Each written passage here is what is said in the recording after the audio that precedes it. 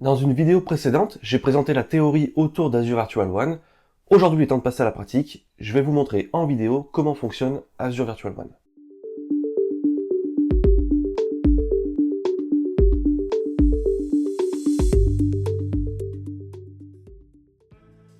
Avant de tourner cette vidéo, j'ai déployé un Azure Virtual One, un Virtual Hub, ainsi qu'une connexion VPN site à site jusqu'à chez moi. J'ai déployé également un Azure Firewall, j'ai fait les peering vers différents virtual networks et j'ai fait fonctionner le réseau. Donc je vais vous présenter tout ça, et puis ensuite on déploiera ensemble un nouveau Virtual Hub, une nouvelle VM de test et un Virtual Network pour voir comment on déploie des ressources dans Azure Virtual One.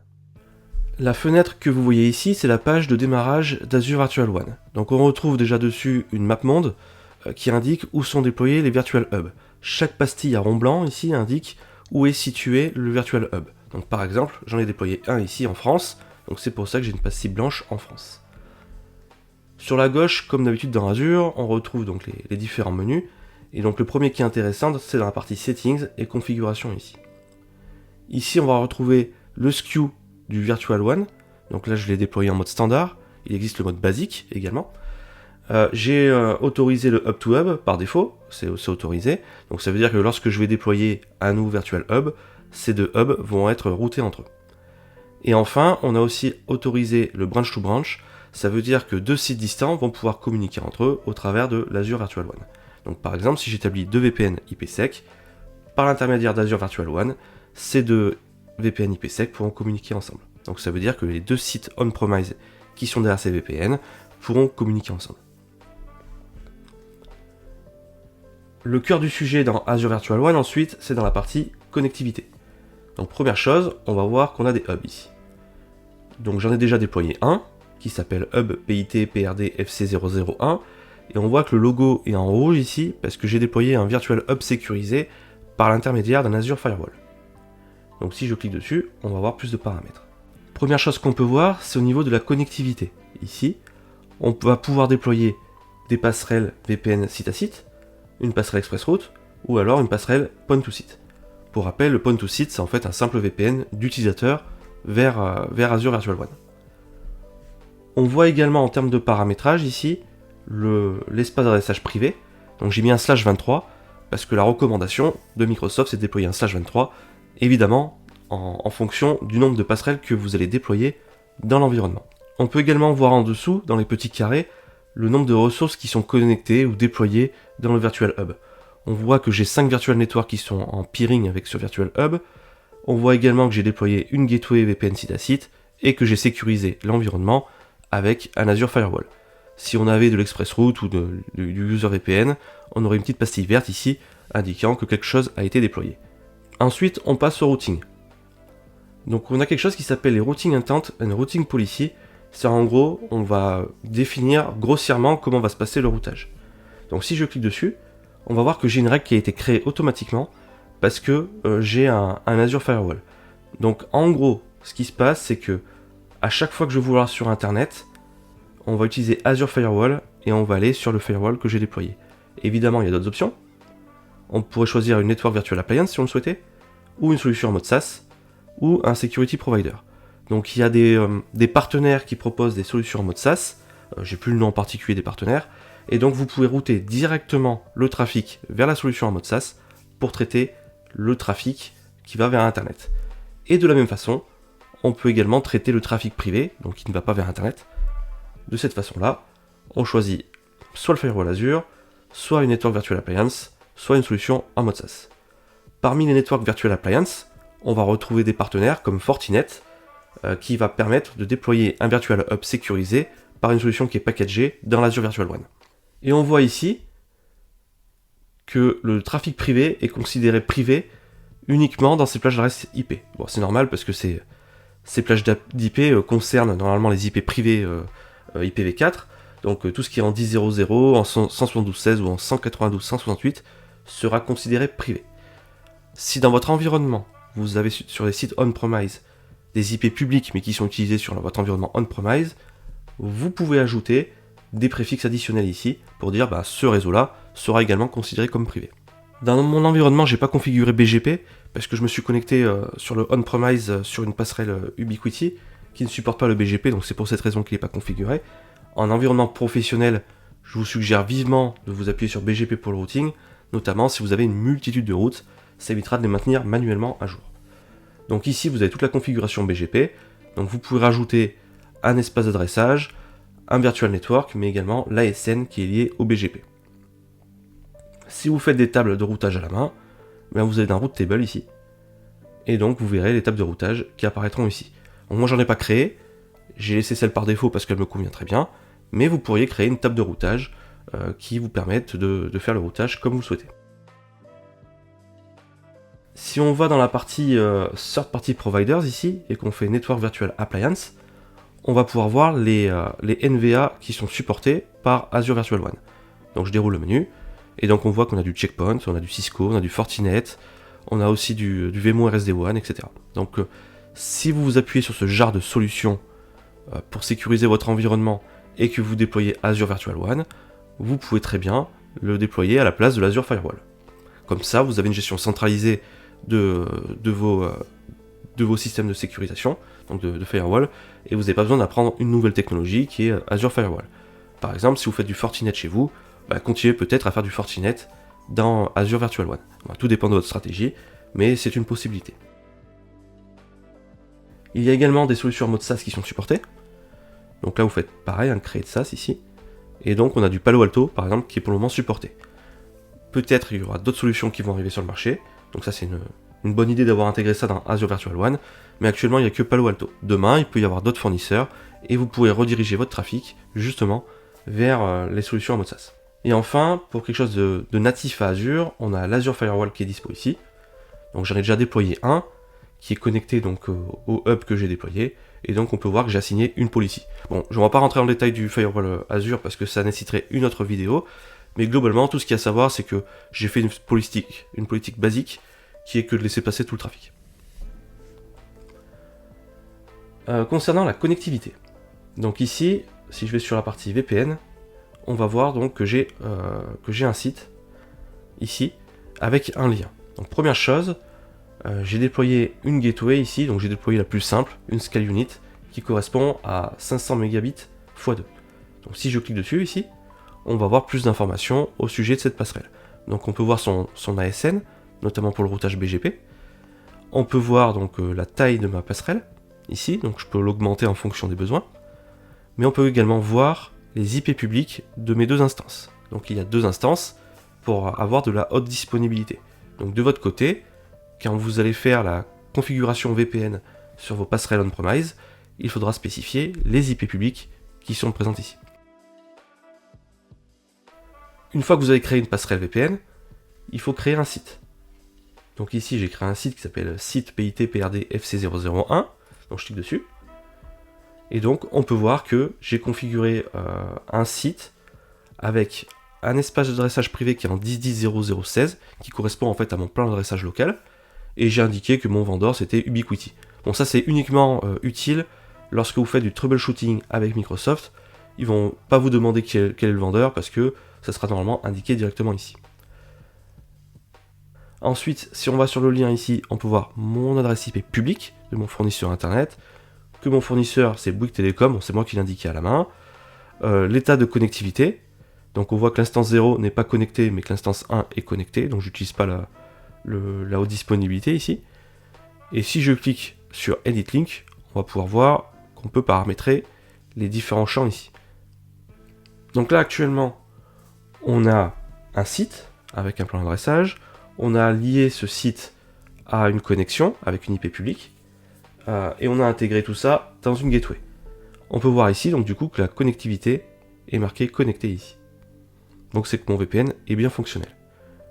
Une fois qu'on a tout ça, il manque plus qu'une dernière chose, c'est la configuration de la partie IPsec. Donc là, on va sur la partie site encore, et sur la droite, ici vous avez Edit VPN Connection to this hub.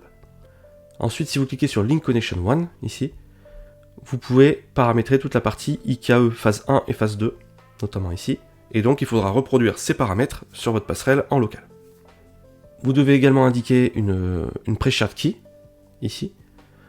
Pareil, de la même façon, il faudra spécifier la PSK de la manière identique sur votre passerelle on-premise. Enfin, il y a un paramètre qui s'appelle Use Azure Private IP Address, en gros, c'est est-ce que vous voulez encapsuler de l'IPsec dans votre ExpressRoute. Bon, moi j'ai pas d'ExpressRoute, donc j'ai choisi No. Mais si vous aviez de l'ExpressRoute, vous pourriez encapsuler ce VPN IPsec directement dans l'ExpressRoute. Donc voilà, on a toute la configuration, il n'y a plus qu'à la reproduire côté passerelle locale. Juste pour vous montrer à quoi ça ressemble sur du on-premise, je vais vous partager donc ma configuration Ubiquiti. Bon, évidemment, si vous faites du Fortinet ou autre chose, les menus seront différents, mais on va dire que la philosophie est la même. Donc, je clique sur mon petit VPN ici, et donc on va retrouver tout le paramétrage. Donc, première chose, bon, j'ai donné un nom à mon VPN, la pre-shared key qui doit être identique à celle dans Azure, j'ai spécifié sur quel path WAN je veux établir mon VPN IPsec, j'ai également spécifié l'adresse IP publique de la gateway VPN dans Azure, j'ai choisi le type de routage, donc j'ai pas fait de traffic selector, donc je fais du route base. J'ai spécifié les VNet dans Azure, et toute la configuration, phase 1 et phase 2 pour la partie IKE. On peut voir que ce paramétrage est identique à ce qu'on a vu tout à l'heure dans Microsoft Azure. Donc une fois que c'est fait, vous cliquez sur OK, et donc votre VPN devrait se connecter comme ici. Donc ça c'était pour la partie connectivité vers le on-premise. Si vous avez des virtual network dans Azure, vous voulez faire des peering vers vos virtual networks. Donc ça, ils apparaissent avant. Donc on retourne un peu avant le virtual hub. Et cette fois-ci, je me dirige vers Virtual Network Connection. Là, on peut voir que j'ai 5 virtual networks qui sont connectés à ce virtual hub. Donc si on déroule ici, on voit mes différents virtual networks connectés. On voit également que le routing property, c'est routing intent. Vous savez tout à l'heure, l'espèce de routage qui envoyait tout le trafic vers le firewall. On indiquait le trafic internet et le trafic privé. C'est le routing intent. Donc si je clique dessus, on doit retrouver la même configuration. Donc c'est aussi simple que ça pour faire le peering, vous faites Add Connection, vous sélectionnez votre VNet et votre Virtual Hub, et le peering se fait de manière automatique. Donc il n'y a plus besoin d'aller dans les menus de Virtual Network pour faire peering et sélectionner les options. Tout se fait depuis le Virtual WAN. Toute la gestion se fait à un seul point d'entrée. Pour vous montrer que c'est fonctionnel, j'ai créé une nouvelle machine virtuelle que j'ai créée Pulsive IT Demo.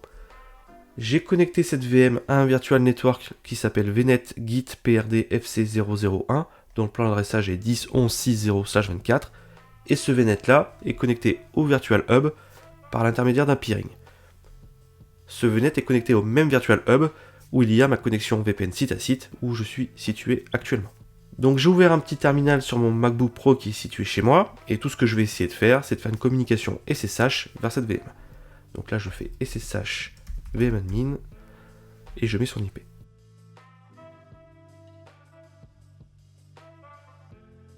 Et donc là, on voit que je suis connecté à la machine. On retrouve bien d'ailleurs le nom de la machine ici. Maintenant, ce que je vous propose, c'est de créer un nouveau Virtual Hub, un nouveau Virtual Network et une nouvelle VM dans un autre emplacement géographique et de faire communiquer la VM Pulsive IT Demo avec cette autre VM que nous allons créer. Donc, je me suis lancé dans la création d'une nouvelle machine virtuelle dans un nouveau resource group, dans une nouvelle région qui s'appelle STUS2. J'ai donné comme nom de machine Pulsive IT Demo 2. J'ai mis du Windows Server parce que je me connectais en RDP dessus, puis après faire du SSH sur ma première machine. Bon, j'ai choisi une taille de VM, j'ai mis un login et un mot de passe. Le disque, ça n'a pas beaucoup d'importance dans cette vidéo. Au niveau du réseau, j'ai créé un nouveau Virtual Network dans un subnet qui est en 10.12.00/24. Pour rappel, tous les Virtual Networks qui étaient connectés à mon premier Virtual Hub étaient en 10.11.00/16. Donc c'est pour ça que j'ai créé un nouveau plan d'adressage pour vraiment différencier les deux régions. Donc ensuite, j'ai fait suivant sur la partie management, monitoring on s'en moque ici dans cette vidéo, pareil pour la partie avancée, pareil pour la partie tagging, et donc je saute dans la partie création. Le temps que ma VM se crée, on va créer le nouveau Virtual Hub. Donc je vais dans Hub ici, je fais New Hub, je choisis ma région STUS2 comme tout à l'heure, je mets un nom pour le hub, je mets démo, je vais choisir le plan d'adressage du hub, par exemple 10.12.30/23, le Virtual Hub Capacity, donc là vous allez choisir la taille de votre Virtual Hub en fonction du nombre de services qu'il y a derrière, donc moi je vais choisir le minimum pour la démo, et enfin vous choisissez votre type de routage préféré, est-ce que c'est de l'ExpressRoute, du VPN ou du BGP avec les AES-Pass. Donc je vais laisser ça par défaut parce que j'ai pas beaucoup besoin de gérer ça. Donc là je vais faire Review and Create, ici, et je clique sur Create.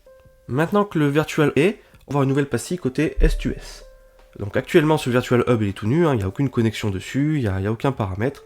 Donc ce qu'on va faire maintenant, c'est qu'on va simplement associer, enfin on va faire un peering entre le Virtual Network qu'on a créé précédemment et ce Virtual Hub. Pour ce faire, on va dans Virtual Network Connection ici, et on va cliquer sur Add Connection. Donc vous spécifiez un nom pour la connexion, donc on va appeler CNT Demo. Vous choisissez le Virtual Hub Demo ici, dans ce cas précis. On va sélectionner le ressource group dans lequel Virtual Network sur lequel on souhaite faire le peering. Et vous sélectionnez le Virtual Network. Et enfin, on rentre dans la configuration du routing. Donc je ne vais pas trop rentrer dans le détail de la partie routing, puisque ça nécessiterait une vidéo en lui-même, parce que c'est très compliqué la partie routing. C'est pas quelque chose qui est aisé à comprendre si vous n'avez pas le bagage réseau derrière. Donc je vais vous présenter les options, on va dire, classiques. Donc première chose, il faut associer la route table. Donc là, vous allez choisir la route par défaut, ici. Ensuite, vous avez l'option de rajouter des routes statiques. Donc là, vous pouvez dire par exemple, pour aller sur Internet, je passe Firewall qui est sur le Virtual Hub, en spécifiant son IP ici. Attention, les routes statiques que vous allez spécifier ici vont prendre la précédence sur la route associée ici. Ça veut dire que tout ce qui est spécifié ici aura la priorité par rapport à ce qui est spécifié ici. Donc il faut le faire avec attention. De toute façon, dans les gros environnements, je vous déconseille de faire du routage statique, mais plutôt d'essayer de faire du BGP pour que tout soit géré de manière dynamique. Donc là, vous faites Create ici, et une fois que c'est créé, on voit donc le Virtual Network ici connecté au Virtual Hub. Donc maintenant, on va essayer de se connecter à la machine qui est liée à ce Virtual Network, puis ensuite faire du SSH vers la première machine que j'avais déployée. Donc sur ma machine, j'ai rajouté dans mon client RDP la machine 10.12.04 qui correspond à la VM que j'ai créée dans le Virtual Network qui est dans S2S. Donc là, je vais double-cliquer dessus. Et donc là, on me propose de m'authentifier. Donc je mets mes identifiants. Et je vais me connecter à la machine.